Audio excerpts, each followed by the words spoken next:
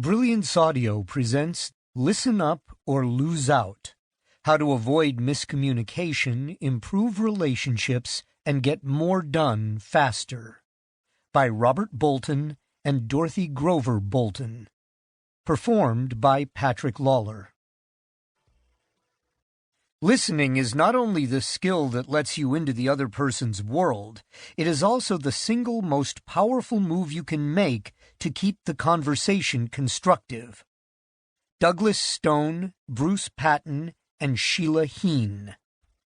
Like most people at work and in their personal lives, you probably spend many hours a day conversing with others, informally or in meetings, face-to-face interactions, telephone calls, and so forth. These conversations can either strengthen or weaken work and other interpersonal relationships, including ties to friends and loved ones. As consultant Susan Scott notes, our work, our relationships, our very lives succeed or fail one conversation at a time.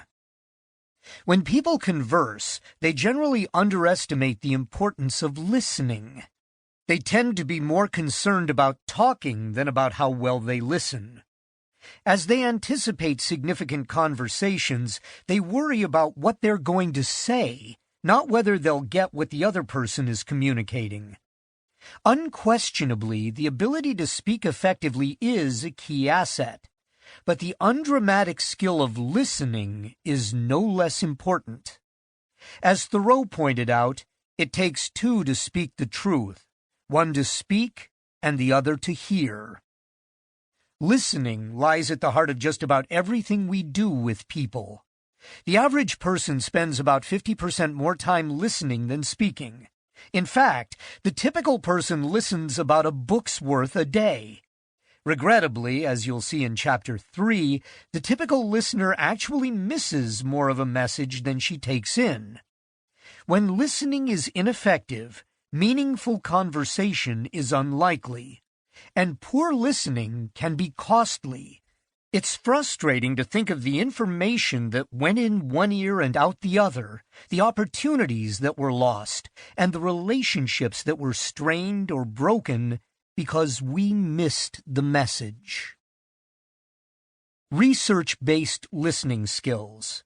Fortunately, social scientists have discovered methods that greatly improve listening, as well as the kinds of behaviors that militate against it.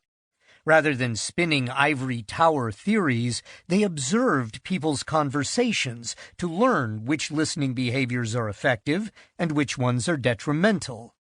Initially, they studied interactions between therapists and patients. Soon, they turned the research spotlight on conversations between teachers and students, husbands and wives, parents and children. Some investigators found ways to observe how people listen in the course of business meetings, sales transactions, and the like. Newly invented recording devices secured an accurate account of every word in a conversation. Here's how psychologist Carl Rogers, one of the preeminent pioneers in researching listening, described some of those moments.